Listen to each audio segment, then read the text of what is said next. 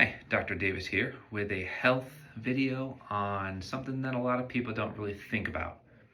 It's how what we did yesterday, as far as eating, can influence what activity we do today or exercise that we do today. So our bodies are incredible hybrid engines. We can burn both carbohydrates and we can burn fat. But which one we burn more so depends on two things: how hard are working that given day and what we ate the last 24 hours. So let's think about this for a second. Let's make it simple. If your body stores carbs, we'll call that glycogen, in your muscles and liver. Glycogen is a fast fuel. It's in your tank.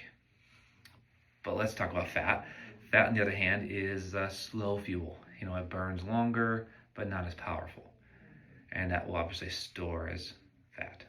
So depending on what you ate yesterday, you're either walking around with a fuel tank full of fast fuel or you're running on slow burning stuff. Both are great, right? Neither is bad. But knowing which one you've got helps you pick the right kind of activity or exercise for the next day. So I want to categorize the activities in three different ways. One, at rest or light movement. That's like walking, stretching, yoga. Our body burns 90% fat.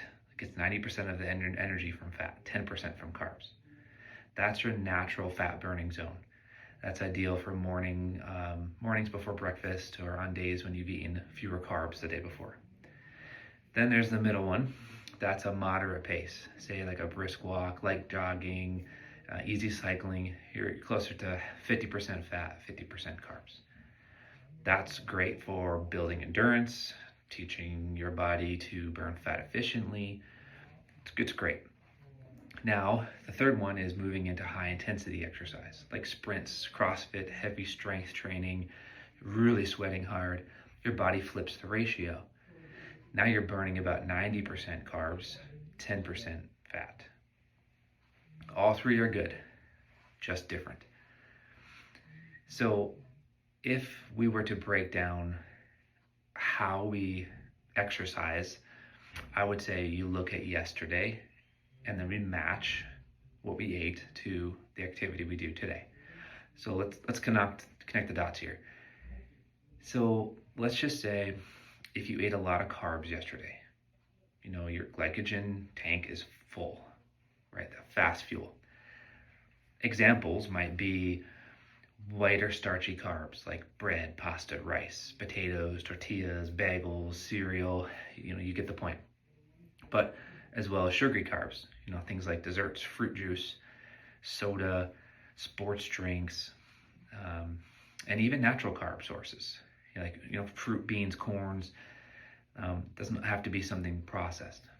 So since your body's primed to burn those carbs, the next day is the best time to go hard, meaning high intense, interval training, circuit training, CrossFit, resistance workouts, those types of exercises.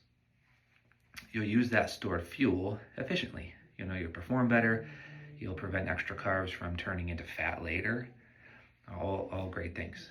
Now, on the other hand, let's just say you ate fewer carbs yesterday, or very little, or maybe none at all. Maybe your meals were built around protein, some non-starchy vegetables, and some healthy fats like chicken, fish, eggs, olive oil, avocado, nuts, leafy greens. You get the point. Your glycogen stores are going to be lower because your body naturally is shifting towards fat for energy based on what you ate. That's the time today to focus on lower intensity workouts like long walks, hiking, easy cycling, recovery type of things. You'll train your body to use fat as fuel. You'll improve endurance. You'll keep your energy steady all day long. It's a great combination. So here's one other aspect here. Rule of thumb is high carb day, high intensity workout.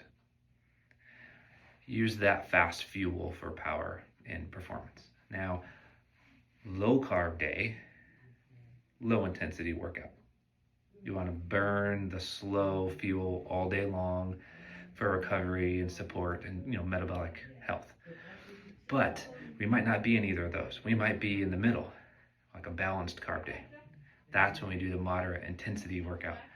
So that's perfect for maintenance, mobility, active recovery, and rotating through all three might be the best way rather than sticking in one or the other, because it engages metabolic flexibility. The ability to perform well no matter what is in your tank. So I guess in closing here, tomorrow morning, before you work out, ask yourself one simple question. What did I eat yesterday? Did I eat more carbs or fewer carbs, or was it pretty balanced? And then based on the answer to that question, if you ate high carb, you'll train hard. If you ate low carb, you'll go slow and steady.